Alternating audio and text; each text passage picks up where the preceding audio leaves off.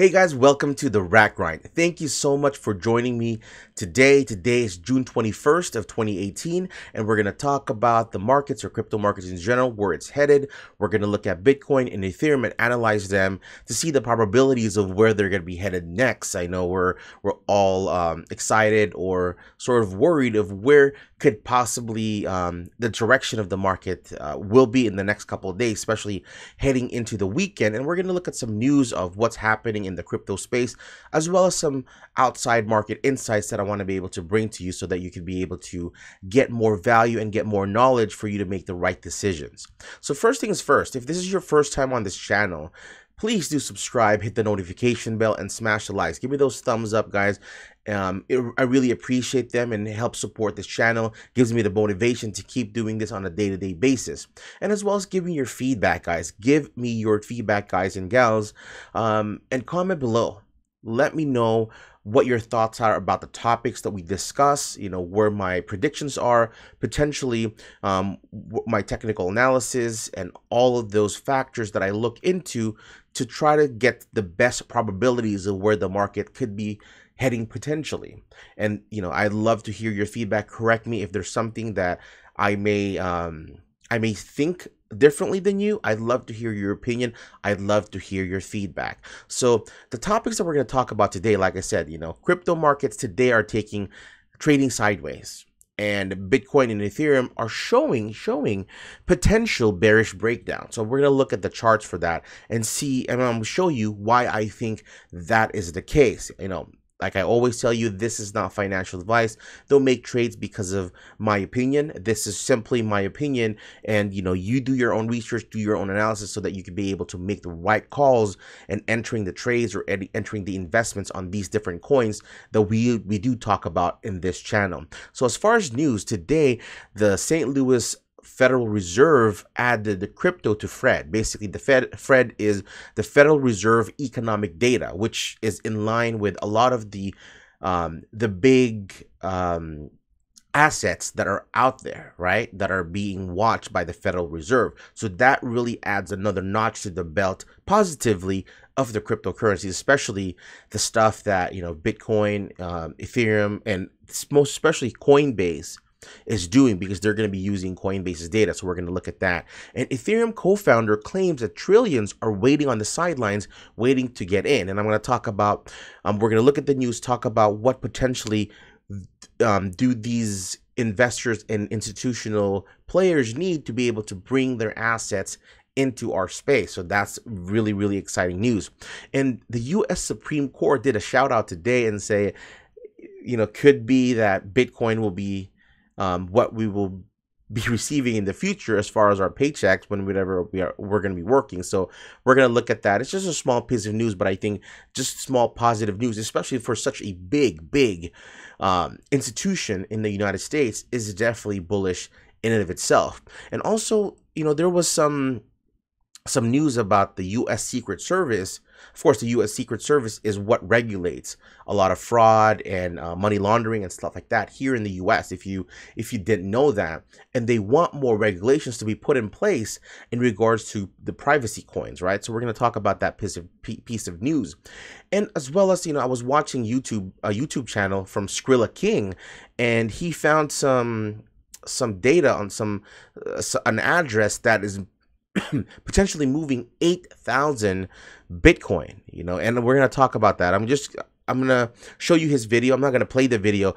I just I paused it on the screen that he was talking about this. I suggest you head to his channel to see the full video. It's very fascinating, and we're going to talk about that. And also, U.S. Congressman was interviewed on CNBC today on Squawk Box, and I was watching it, and he says that ICOs need light touch regulation. And of course, a lot of the panelists from Squawk Box, were asking him a lot of questions about our space, and he was, he answered them, in my opinion, very, very bullishly, like somebody that understands our space. So the last bit of news that I want to be able to share with you guys is not actually a news, but I want to be able to share with you how the Bitcoin and Gresham laws correlate. I was reading a very fascinating, interesting article online from a particular source that I'm going to reveal to you, and we're going to talk about this. It provides you data and insight outside of our overall crypto news market, right? I want to be able to talk to you guys about that as well. As you know, I like bringing in things that are not necessarily just within our space. I mean, this one is specifically in our space, but not just the traditional news that we see on, on YouTube and on News BTC, CoinDesk, Cointelegraph, and all that stuff. All right. So let's get right to the chart, guys.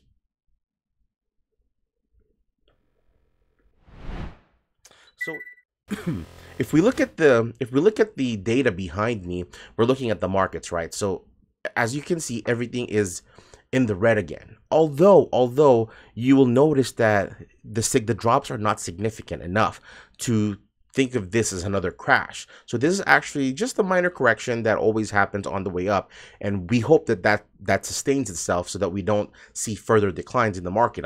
We always see this when we're going upwards. We never see a straight line, right? We never ever even during the massive bull run that we received, the parabolic runs that we received back in December, we didn't really get like consistently every single day, every single minute, every single hour, everything was in the green. We always have people that will sell. That's just the nature of the beast, right? So it's good to see that there are some corrections that do happen from time to time that kind of keeps the market's trajectory responsible. That's, in my opinion, what it's doing. So we're going to look at the coin market cap right now. So if we look at coin market cap, the market cap as of today is $282 billion. We're having quite a hard time getting past above the 300 billion line. So we're currently 282 billion right now, and the 24-hour volume in the overall crypto space is $11.7 billion. But as you can see, the most notable thing here is that Bitcoin domination is at 40.5%. We want this lower because that means that majority of the money are being held in Bitcoin, and that probably is the reason why there is such low volatility in the market. We talked about this yesterday, or I'm not sure if it was yesterday or the previous video before that, how the volatility of the market is signaling that we can start the bottoming of the massive correction that we received this year so far. If we look at it, if we look just the simple charts all over here, you'll see that majority of them, it took a little bit of a dive. I'm going to say a dive, just a minor correction, but it's still overall trajecting up, right? We don't want this to break down again like it's done in the past, but of course, that's not something that we can absolutely stop or predict 100%. We look at the probabilities of where the market could be headed, but it's definitely something that we'll have to keep a watchful eye on and see the different factors that could potentially bring it down, right? I've had a busy day today, but when I got home, I looked at the charts, and I looked at multiple charts, Bitcoin and Ethereum specifically, from other exchanges to see what the difference is. And you can see there are definitely some differences in how these are traded in the different exchanges, but the overall trajectory is somewhat the same. So overall, as you can see, everything is in the red again, but not massive. Single digit falls, which is to be expected. Of course, some coins are doing relatively well. We saw this yesterday. BAT, Basic Attention Token, is still good because I think it's a really great project because it's a utility coin that is actually very, very practical. And I believe that look at centrality. Well, 80%, that's huge. I'm not familiar with that project. If you guys are, that seems like a new project, new entry into this top 100. I'm not 100% sure about it. I'm going to check that out. I'm curious to see why it's receiving some parabolic run-ups like that. 80% return. If you're invested in that, congratulations to you. Funfair was a very interesting. I've traded this in the past.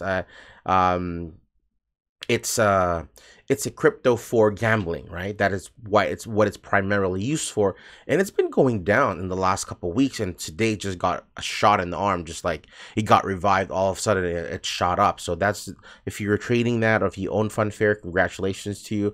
And I see that is really doing really, really well. Yeah, this is like I don't know what that cryptocurrency is. I mean, it got into the top 100, but I'm not really familiar with it. But overall, like I said, I'm not worried about the markets as of yet today with what I'm seeing. But of course, we're gonna have to see where this particular market takes us in the next couple of days, especially heading into the weekend. So let's look at the charts, guys. So if we look at, I'm looking at Bitcoin 1-day chart on Bitfinex. As we can see, in the last couple of days, we have been closing. I'll just turn off the auto there. We have been closing in the green, but as of today, we're actually red. And we haven't been experiencing that red in the last couple of days, and it's always been green, but we have been getting rejected by this 13-day exponential moving average line, as we can see, right? And that is something that we need to be able to break through. And that's why I said that potentially both Ethereum and Bitcoin are showing signs of a bullish breakdown. So let me show you guys why I think that. If we look at the 4-hour chart here, as you can see, I drew a wedge here, right? So it's coming from a descending channel, and usually this pattern, if you research it, it usually is a continuation pattern. What could potentially happen here is that this could break down. If it breaks down below this, what we want to be able to see is we want it to be able to break out, but have a long wick of recovery, just like this one right here. That's what we want to be able to see that, oh, we've tested that line, but we're going to go head back up, right? But usually what happens is when this happens, this will touch this support line right here. And we need, if it does that in the next day or two, or over the coming weekend that we have coming up, we want it to bounce on this particular channel and head back up. That's what we want to be able to see. We don't really want it to go down all the way over here, because again, I'm sure that the market will be all red again, and then people will be panicking, says, oh my God, this is the death of Bitcoin for the 400th time in its existence. And that's something that we don't want to see.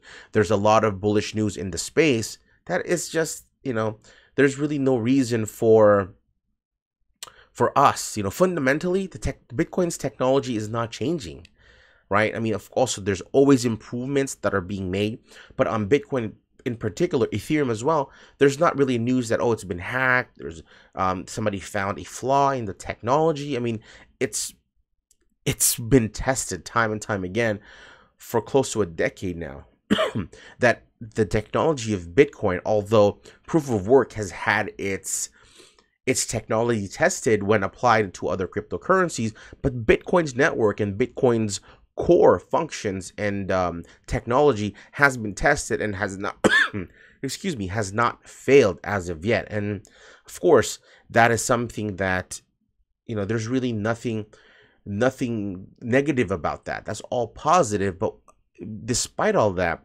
there's always these market conditions that affect the crypto's price and make it go down. Real quick, if you look at the looking at the 4-hour chart, as you can see, it ran up here. There was a bullish crossover that happened here. This was about the mid of June, and right now it's diverged bearishly, right? If we look at the 1-day chart, you can be able to see that on the 1-day chart, it's still actually very, very bullish. It hasn't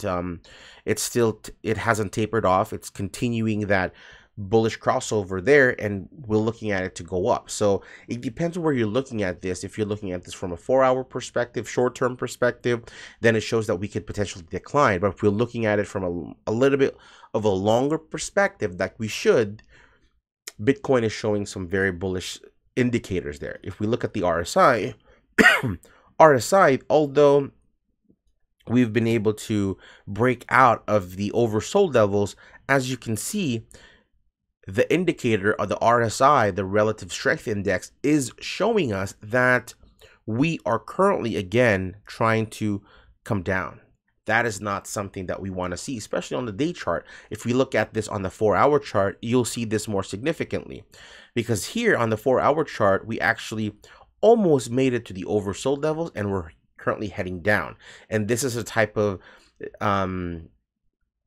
bearish divergence that we don't want to see. See, if you see this line right here, what we want to be able to see that signals us to go up is even ever so slightly.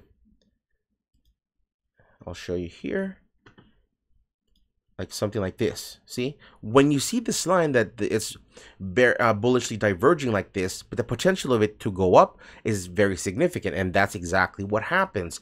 You know, when you look at the RSI, of course, this is not a 100% indicator, but it does give us some indication of where potentially the market could be headed. And if you see this little blip here,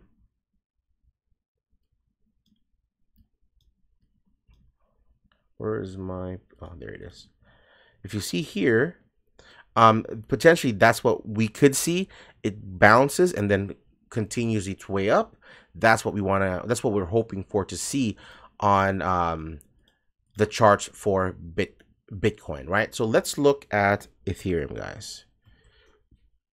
For some reason, my trading view is defaulting to Coinbase, but I like looking at Bitfinex because there's a lot more trading volume on Bitfinex. So if we look at Ethereum, it's very, very similar. Again, of course, it didn't break through some of the lows that we were watching for, but it did you know, break down in the last couple of days, looking at the 4-hour chart, and it's formed the same wedge. Usually, if this was going up, like if this was on an ascending, if this was right here, for example, right? If it was ascending and then we see this pattern, normally it's not a confirmation, but it's a pattern that shows us that it will break above, right? Because as you can see, there's a ceiling. There's a ceiling that is hitting right on this top line.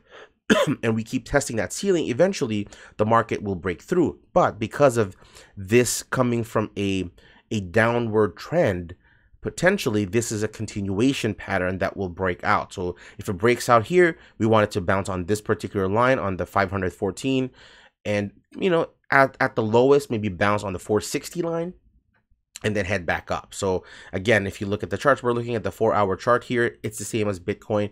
It's diverged bearishly, and as well as the RSI levels, it's heading down. And when we look at the 1-day chart, it's the same thing where it peaked up and it's looking downwards on the RSI. That's not something that we want to see. But if we look at the MACD, it's still in its bullish convergence there. It's, you know, it's still looking at that it's going to keep going up on the long term, not on the short term. What this shows me on both coins, that we might see a downturn, but a buy up, and that will continue another mini rally in the next couple of days or next coming weeks, right? So that's pretty much it on the chart. Let's go to some crypto news.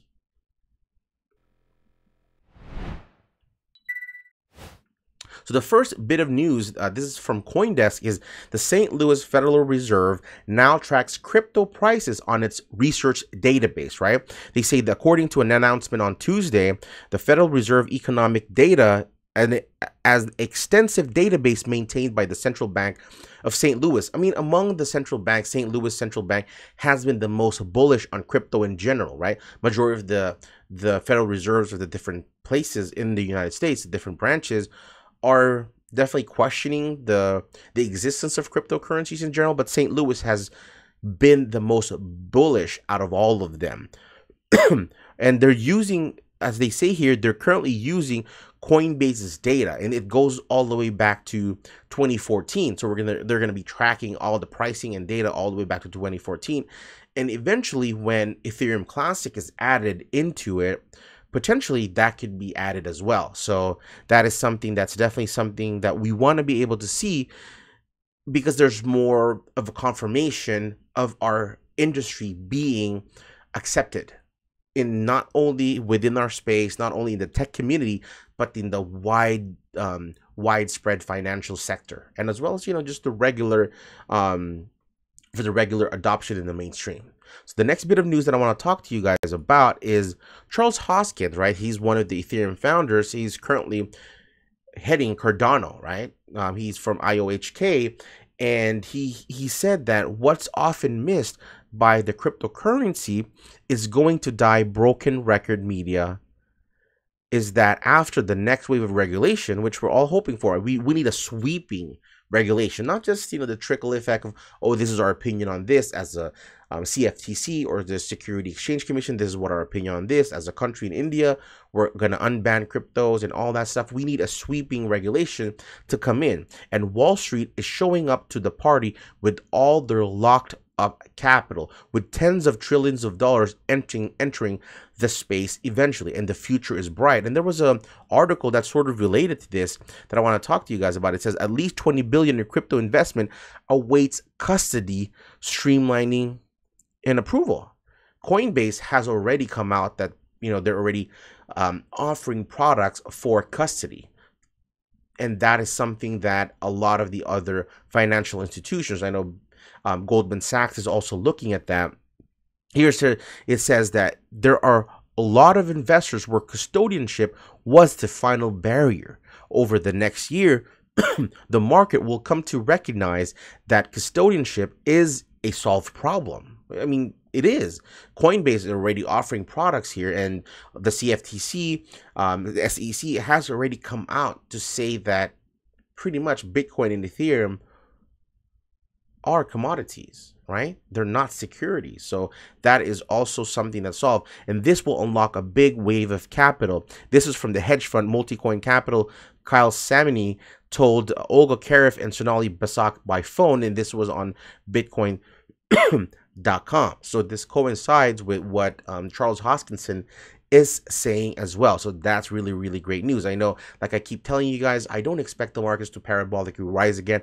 I wanted to have a rally, a bearish rally, but on the responsible side. Slowly but surely, we are going to get to those prices. If you really believe in this space, if you believe the technology, if you believe in the assets, the companies that are being built within this ecosystem itself, waiting a year or two for it to get back or, you know, rise to the prices that you feel it shouldn't be an issue.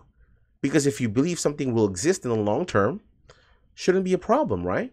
If you believe that gold is going to have value forever, then you don't care if the price goes down. You're just going to keep buying it and buying it and buying it because of the fact that eventually the price will hold value. And as the Bitcoin's mining difficulty increases, the value of it becomes more because of the fact that there will be less and less new produced Bitcoin out in circulation. The closer we get to 21 million, the harder it will be. We don't realize that we'll probably hit 20 million relatively soon, but to be able to get us to 21 million, it's going to take, I think they say, close to 100 years. So that is something that's very, very far away for us. A majority of us will probably not be existent at that time. The next bit of news, let me just get a sip of water here. Excuse me, guys. The weather is so dry here. It's the weather in Southern California is cold and then it's dry and hot and it's just weird. So, like I told you guys, the U.S. Secret Service official asked Congress to consider regulating privacy coins, right? They said that it is critical that the United States continue to work internationally to improve controls related to digital currency through organizations like the Financial Action Task Force. We should also consider additional legislative or regulatory actions to address potential challenges related to anonymity-enhanced cryptocurrencies, services intended to obscure transactions on blockchain. Example, cryptocurrency tumblers or mixers in cryptocurrency mining pools, right? So, you know, they're talking about like Monero, Zcash, and all that stuff because of the fact that they want to be able to make sure that the currencies are not being used irresponsibly for money laundering, governments trying to circumvent the, you know, the central institutions of our governments and stuff like that. But I mean, honestly, there's really nothing much that can be done. The cat is out of the bag. This is like, cryptocurrency is like toothpaste. You put it out of the bag. I mean, you squeeze it out of the tube and no matter how hard you try, there is no way that you'll be able to squeeze all those toothpaste back into that tube. You may be able to use like a syringe to inject some back into the tube, but there's no way that you can get everything back in the tube, because it's like Pandora's box. We've got a taste of freedom already, and that is something that it's really, really hard to give up. If you truly understand what this space is all about, the revolution that Satoshi Nakamoto gifted the world, they gifted them, maybe it's a he or a she or a they, whatever the case may be, that Satoshi Nakamoto gifted to all of us, which is quite amazing. Truly, truly the best invention in our lifetime, right? I think more important than the internet itself. So this was the news that I was talking to you about. Skrilla King published this today. Check it out on his channel. Just go to SkrillaKing.com on, Skrilla King on YouTube. And he talked about that another whale is moving 8,000 Bitcoin. And this is the address that he provided. The reason is it shows that they purchased this cryptocurrency, this Bitcoin, a couple of days ago. And they've at, I think, 51 million, and now it's valued at about 54 million. So if you're a whale, you bought it at 51 million and now it's 54 million. What do you think will happen? I think they will sell it, right? When they sell it, they're probably going to drop the price and buy back in. That's just, they're just trading a lot more assets than we can. I mean, I don't have $54 million laying around to be able to buy 8,000 worth of Bitcoin. So we'll read up this. This is a very interesting video. Again, this is Skrilla King. He published this today. Just look at it on his channel. I like his channel.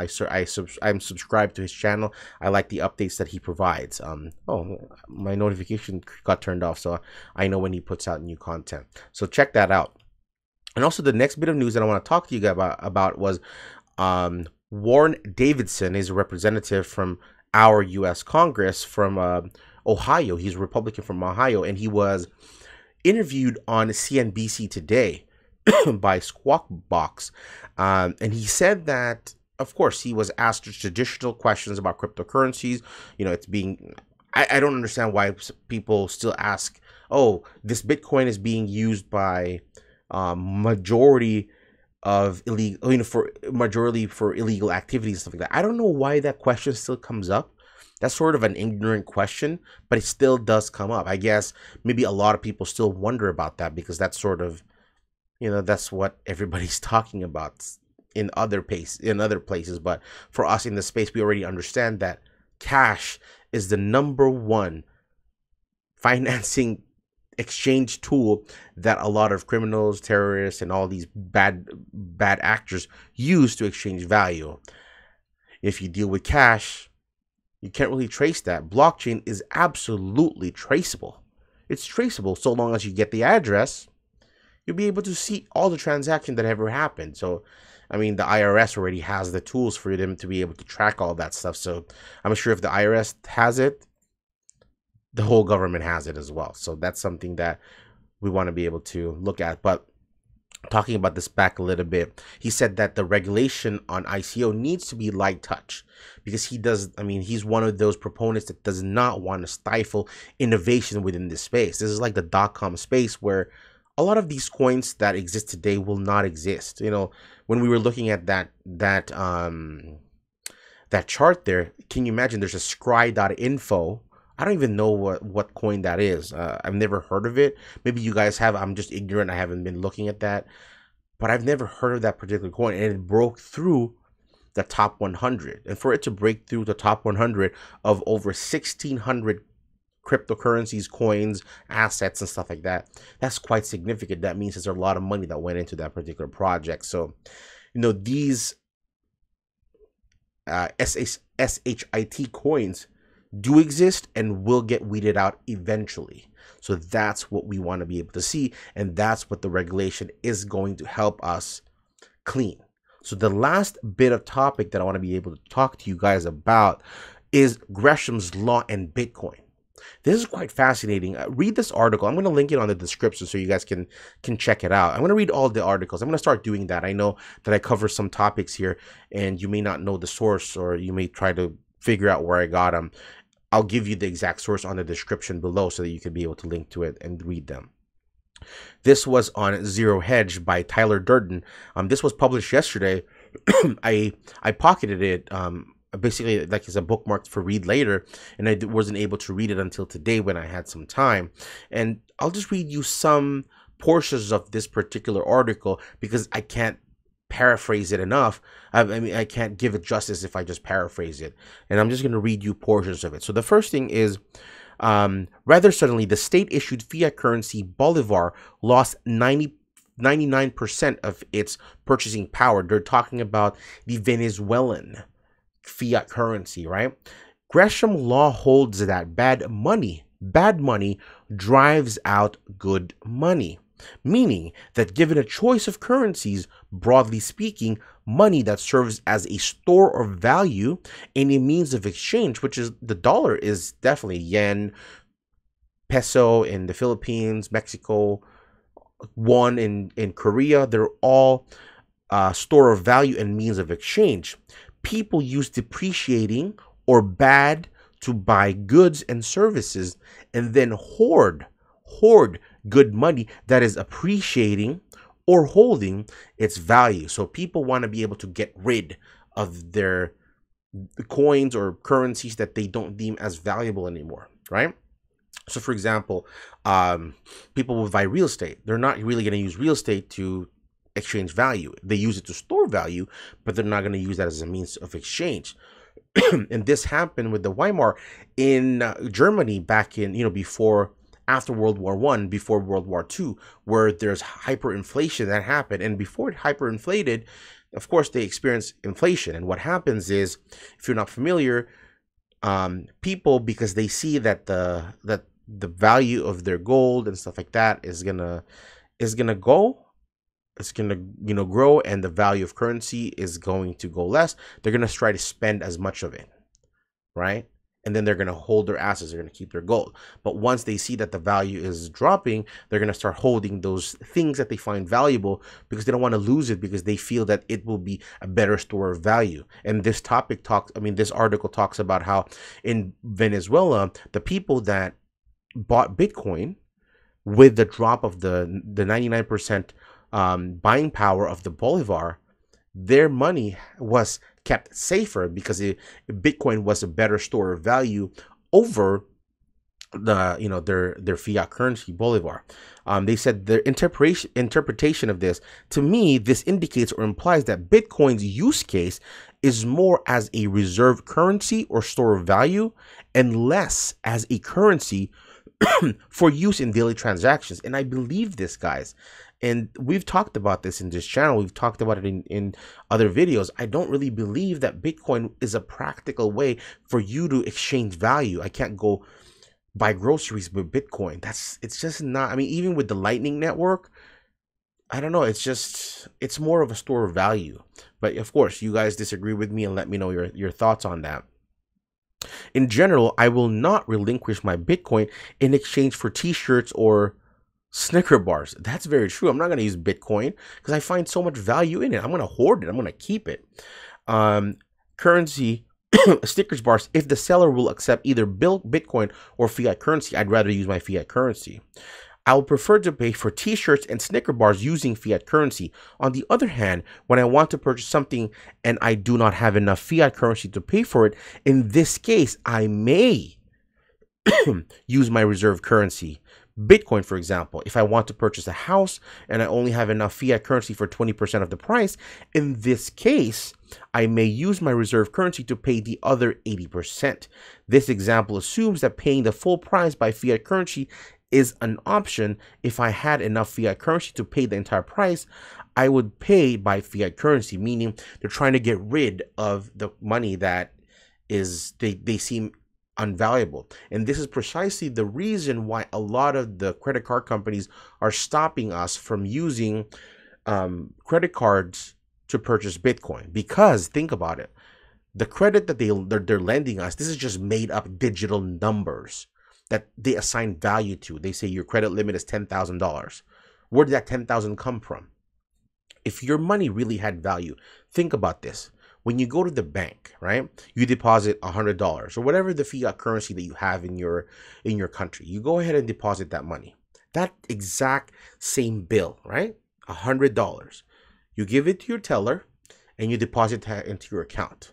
What are the chances that the guy behind you withdrawing $100 will receive the exact paper that you just deposited? I think your answer would be highly likely that if he was with you deposited 100 and that would be on top of the stack, as soon as he withdraws 100, the money that you just deposited will then be given to him. Right? That's logical. But if it was gold, then think about it. If you deposited your gold and they gave them your gold, how would you feel? Don't you think that they should store your gold, a valuable commodity, a valuable asset, into their vaults? So just think about that. Just some food for thought, guys, for you to ponder on and think, which one is more valuable? They say Gresham's law, bad money drives good money away, right? So this is a very, very interesting article. Like I said, read up more about it. I'm going to link it into the description below so that you can be able to get the full idea, because there's a lot of links that he talks about here. There's a chart here that shows the value of the Venezuelan bolivar to the US dollar, which is quite interesting. And there's also a few other comments that were here that was quite fascinating, that I suggest you read as well. So that's pretty much it, guys. We've covered a lot in today's video. I went over 35 minutes, which I try to keep it within 30 minutes. Like I told you guys, I want to be respectful of your time. I know that there's a lot of content, there's a lot of videos, there's a lot of things that you want to be able to consume out there. I try to provide them to you in as packed as possible so that you don't have to search everywhere and get the bit of news, the bit of knowledge that you need to make the decisions that hopefully will allow you to grow your assets, grow your income, grow your cryptocurrencies, and make the right calls. Right? That's pretty much it, guys. Thank you so much for your time today, and I look forward to seeing you on tomorrow's video. I'm not sure if I'll be able to record a video tomorrow. I'm going to try. I have a podcast interview with the head of marketing from BAB Saturday UK time, so that might be, we're still coordinating the time. She is in the UK time, so we're gonna try to see how that works out. If I can, I'm gonna record a video before that time and get you guys an update, but definitely I'll see you guys this weekend, and we're gonna see where the market heads next. All right, guys, thank you so much for your time today. If I don't see you tomorrow, I hope you have a great weekend, and I'm going to see you over the weekend. Until I see you guys on the next video, I wish you and your family a success-filled day. Good night, guys. Love you. Goodbye.